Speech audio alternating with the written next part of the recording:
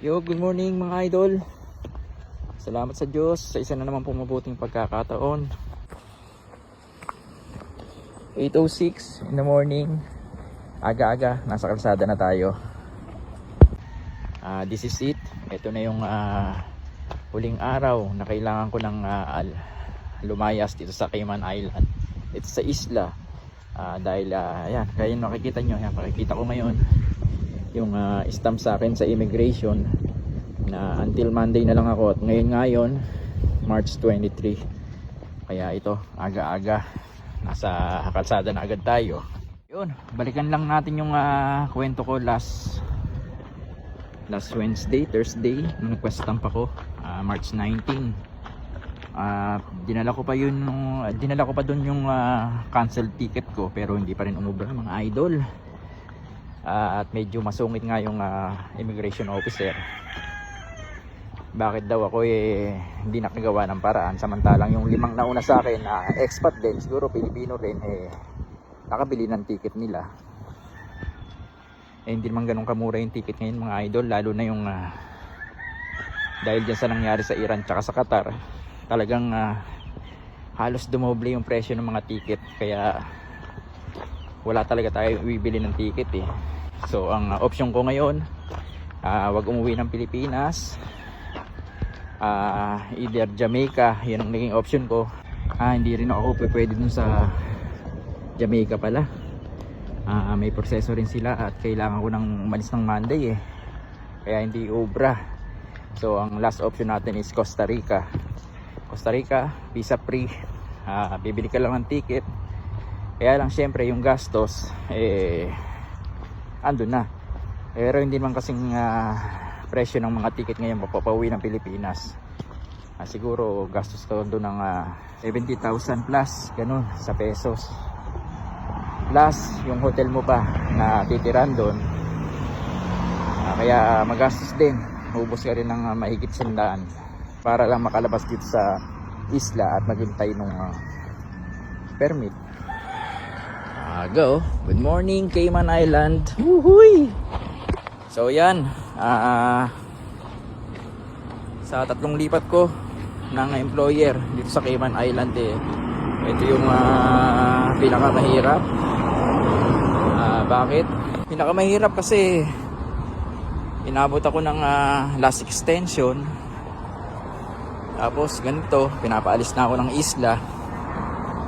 Unlike nung mga nauna ko, yung from hotel to trip shop, inabot din ako ng last extension, pero yung last extension ko na yun hinihintay ko na lang yung permit ko noon. Kaya meron na akong siguradong malilipatan. Hindi tulad ngayon.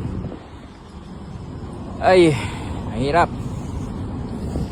pero kaya nga nung sinabi ko last vlog, palaging may awa ang Diyos sabi ko nga, kayo na pong bahala idol.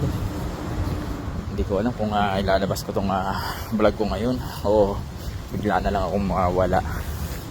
Ala na,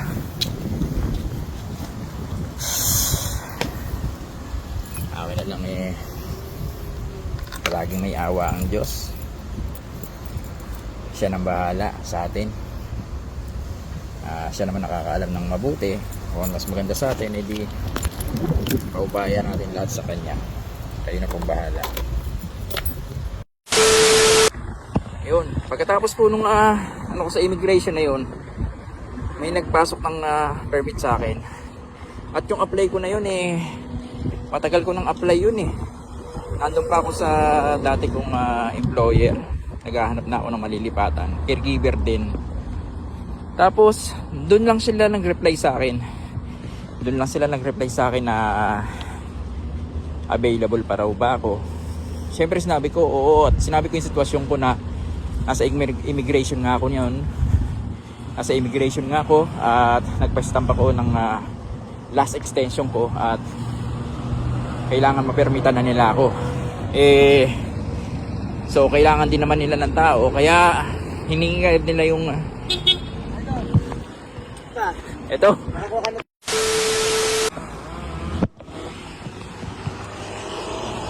So yun, Meron pa tayong kabayan, di man lang nabate. Sana nakuha na natin ng video, no? Alam na alam dito sa isla na naghahanap ako ng trabaho eh. Shoutout sa iyo, kabayan. Yun nga. Nakahanda naman lahat ng requirements ko. Anytime na may hiring eh, ipapasa ko na lang. Pati temporary work permit form, ready na yun lahat. Kaya nung hiningi nila sa akin eh,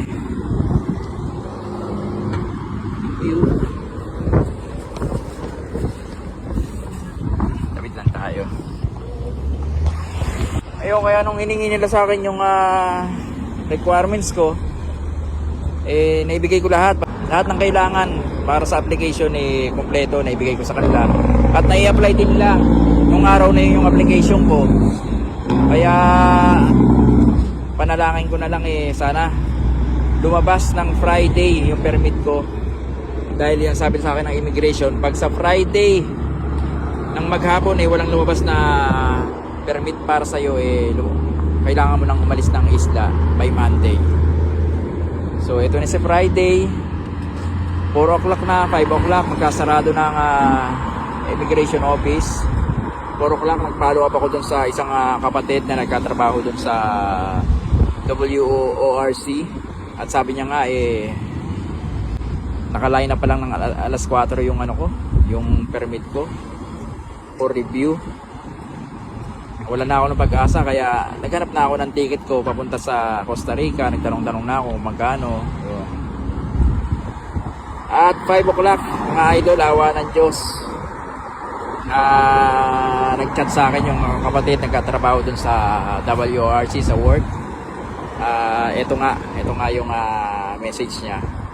Salamat sa Diyos, may permit na ulit tayo dito mga idol sa isla. Salamat sa Diyos. Talaga siguro ayaw akong pauwiin dahil sa dalawang cancellation ko. 2 beses na cancel yung flight namin pauwi. Kaya patuloy tayo dito. Katrabaho, sama-sama, at patuloy ako magse-share ng mga information dito sa isla mga idol. Salamat sa Diyos. Yun lang man ang tanging nating may gaganti sa Kanya. Hindi naman natin siya mababayaran ng anumang halaga. Kaya salamat din po sa inyo mga idol na nagparating ng kanilang concern, nagpadala ng mga messages kung saan ako pwede mag-apply. Salamat po sa inyo. Hindi ko na kayo isa-isain. Ang dami nyo talaga. Salamat sa Diyos, nakakatuwa. Madami pala akong kamalasakit dito sa isla. Marami nang concern sa akin dito sa isla. Pinasasalamatan ko talaga yun sa Diyos. Just tagabaybay, buhay natin to. Tawa at luha, kwento ng buhay. Mula sa mga simpleng bagay, buhay di mawawala. Kung ganyan muna mga idol, hanggang sa muli. Let's continue to share the love, the legacy, and let's promote peace. At patuloy tayong sama-samang sisigaw ng yeah!